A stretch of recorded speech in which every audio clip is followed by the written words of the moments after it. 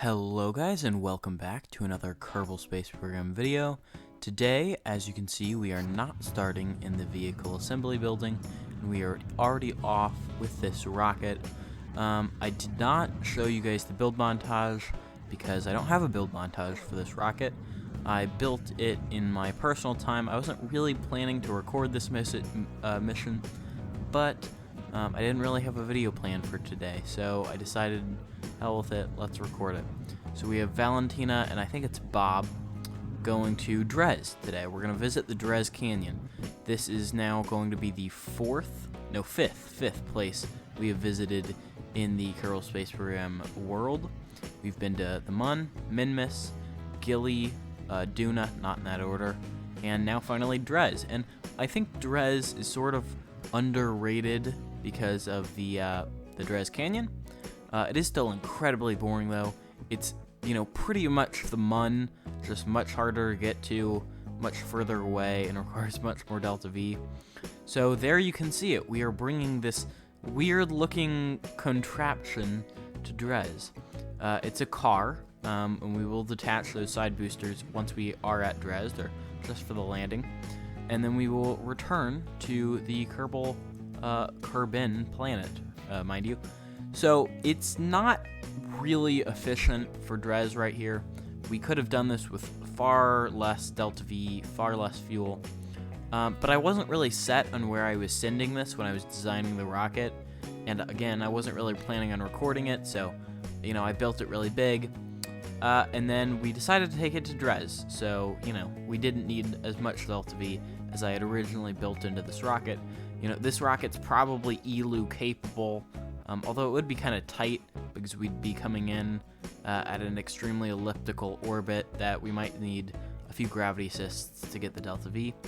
But besides that, it is a very decent rocket. You can see we're kind of shaking out of control there. Got a little overzealous with the time warp. But this rocket works great. The one problem with it is that the thrust-weight ratio of the nuclear engine was really, really terrible, so our circularization burn around Dres was far less efficient than it could have been because we were taking so long to capture at Dres that we couldn't efficiently use the Oberth effect to our advantage. So, in the meantime, while we're just looking at me faffing around with maneuver nodes here trying to get an encounter, again, we eventually do, the Dres transfer window angle, I guess. I don't remember it. I'll probably flash it on screen here, but I don't quite remember the transfer window. But anyway, as you can see me faffing around with the maneuver nodes, we're about to do our final burn to get an encounter, just to sort of clean up our encounter, because it's hard to get it right out of Kerbin's Sphere of Influence. Also, because Dres is on such a tilt, you have to do an inclination change burn at a ascending or descending node. So keep that in mind when burning for Dres or a lot of planets that are at inclinations. So anyway, as we're, again, this is like the fourth time I've said this, going to Dres, you can see me lowering my periaps there. I'm probably not going to do this complex missions in the near future. I'll probably do a couple, but this mission took ages to do, and again, since I wasn't really planning on recording it, it was sort of annoying to set up. But this mission took a ton. First off, one of the times I accidentally forgot a pilot. I was controlling from a probe core, and so it was really hard to do the mission since I didn't have direct connection to the KSC, so I couldn't make maneuver nodes. So I'm probably, at least for the next video, and maybe for the one after that, gonna do something simple, like maybe set up a relay network. I don't know if you guys would like to see that. Do a tutorial on how to do that. And then I also recorded a space station video that I could have released today, but I decided that could wait. And it's, a short video. It's like a little under 10 minutes, but I thought a lot of people struggle with Rendezvous, so I'd certainly be interested in helping you guys out with that. So here we are at Dres. We are doing the capture. As you can see, it's really inefficient, and we can't really burn at periaps. We're going to have to do a radial out burn so we don't collide with Dres here since we're on a collision course. but it's a fairly cheap burn, so it's not a big deal. So anyway, because this mission took so long, I was kind of getting tired out, and I've released KSP videos daily for the past 4 days, and with each video taking a few hours to make, I have to convert the video files from AVI to MOV or MP4 format so that I can edit them and eventually resolve. They take a couple hours to edit. I have to get the music. I have to do the gameplay, build the rocket. So they take hours and hours to do these missions, and doing them daily is kind of hard. So I can either do a few simple missions, in between the harder missions, or I could stop uploading daily, and I really don't want to do that. So I'm gonna have to intersperse them with some simpler, less time-consuming missions that maybe don't require quite as many cuts and quick saves and stuff to do. So you can see me going into the Dres Canyon, but I really didn't want to do this because you can see that ascent rocket. We're not actually ascending in the car. We have that little ascent rocket there, and we're gonna redock with the mothership that we left in orbit. That I now realize I neglected to mention that we brought. But anyway, so I didn't want to land in the Dres Canyon because it's sort of a low altitude, and there we are cutting to the landing of the main car. The reason I cut there is because I didn't land on that. This landing was difficult because of the offset mass, so it took quite a few attempts. And the landing itself is kind of botched, but those landing legs did help us out quite significantly. So anyway, I didn't want to bring the lander back down all the way into the Dres Canyon because it'd require more Delta V, even though there is a bunch of surplus. I just didn't really want to bring that lander down, and there we are attaching those side boosters, firing them up, and then decoupling them. So we are going to ditch the lander up here, and then we're going to drive down there and then plant a flag and drive back up. So Valentina just did a small boost, and then she's gonna bounce around. Unfortunately, it really wouldn't settle on this terrain. Oh, we did get it. I guess I cut the other the bouncing around out. That landing again also took quite a few attempts of that the lander because we're kind of on a slope here outside the Dres Canyon. So it was really hard. It kept tipping over, especially with those really cushy landing legs.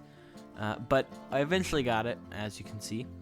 And so we have the car. It has two Werner engines on the sides to propel it into the canyon.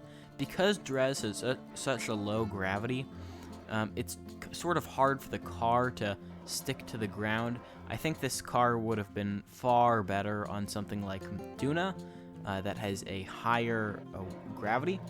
It works great on Kerbin, which is where I tested it, so I didn't test it on the Mun. Maybe I should have flown it to the Mun first and tested it out. It doesn't work great on Dres because it doesn't have enough traction, and so it kind of flips around very easily. It might work great on Lathe, maybe. I'm sure it would work great on Tylo, but it really did not work great on Dres. It flipped around. You can see we have that thruster, RCS thruster at the front, sort of to point it down and adjust our angle and our pitch, but because obviously we don't have wings and there's no atmosphere on Dres.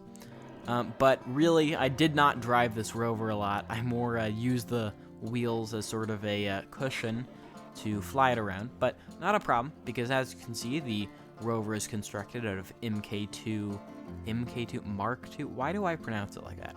Mark II adapters, as you can see, in the Mark II inline cockpit. So it was not really a problem. We had plenty of fuel to use the engines as much as we wanted. So here we go, planting a flag, getting a thumbnail shot, although I don't think I used that shot, and getting back in our vehicular mobile area thing. I don't know, I'm rambling here. And then we are leaving the Dres Canyon. I think the Dres Canyon is a really great place to visit. It's the most interesting part of Dres by far. But, it all looks the same. It's a canyon, and, that's about it.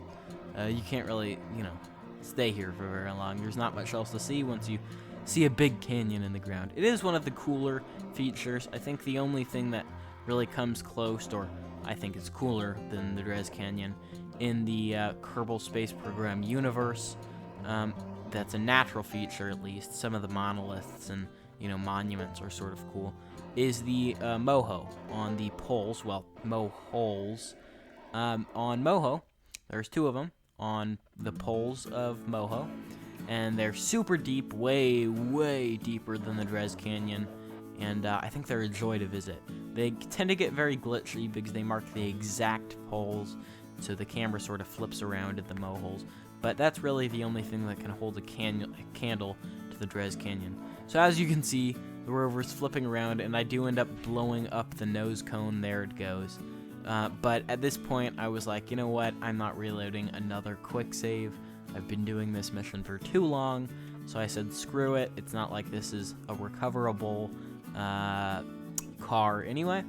And you can see the lander tipped over, and I was so annoyed. It was, again, very difficult to flip back over. The landing legs sort of, make the cockpit, is that the word? The capsule, that's the word, point into the ground, making it very difficult to get upright.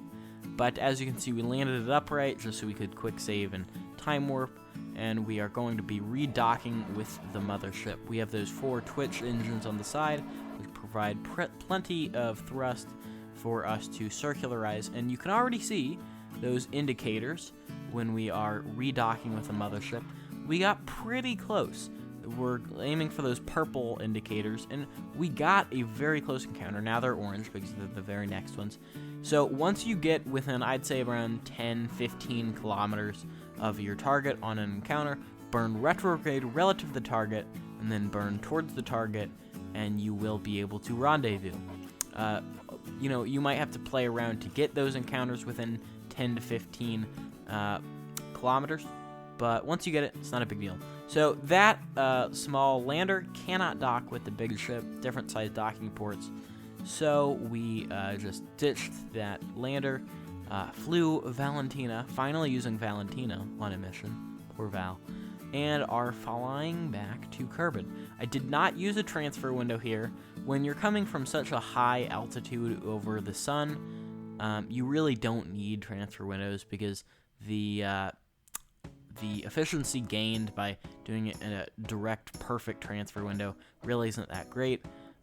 So most people, I would say, don't really use precise transfer windows on their way back, at least, because they're coming from such high elevations, at least past, like, Duna. So we are coming back. This could have been more efficient. Might be able to tell I was getting sort of frustrated here because I was not able to get an encounter. So I ended up just deleting the maneuver node, restarting it, and seeing if I could get an encounter. Kerbin is a finicky place to get an encounter with, but I did eventually get the encounter there. You can see it there. And we have our capsule getting ready to burn and escape the beautiful planet Dres, an overrated mun if I, have anything to say about it, but we are finally leaving that planet and going back to Kerbin because Valentina and Bob are very cold this far from the sun, and they'd like to go back home so they can eat more snacks. So we're just setting our maneuver so it intersects Kerbin. I would recommend doing a interplanetary course alteration because you may be coming in like on the outside or very edge of its sphere of influence, and your capture burn will be very hard. We didn't actually capture burn in this mission. We decided to just go straight in to the atmosphere with our heat shield because they are sort of overpowered. I would not recommend doing this from this far out. It took like 3 attempts to not go too low so that we didn't burn up, or not too high so that we didn't just continue going and continue on our escape trajectory. But we did get it to work. For Elu, it's very difficult because it's just a thin line when you're coming at such high speeds. For Dres, not a big deal. So there we go. We've re-entered the atmosphere, have those parachutes descending to the surface of Kerbin, and we have Valentina and our crew finally returned to the surface of Kerbin. Thank you guys so much for watching. You guys will get the space station video tomorrow. This video is really fun to make, so thanks for watching, guys, and see you later.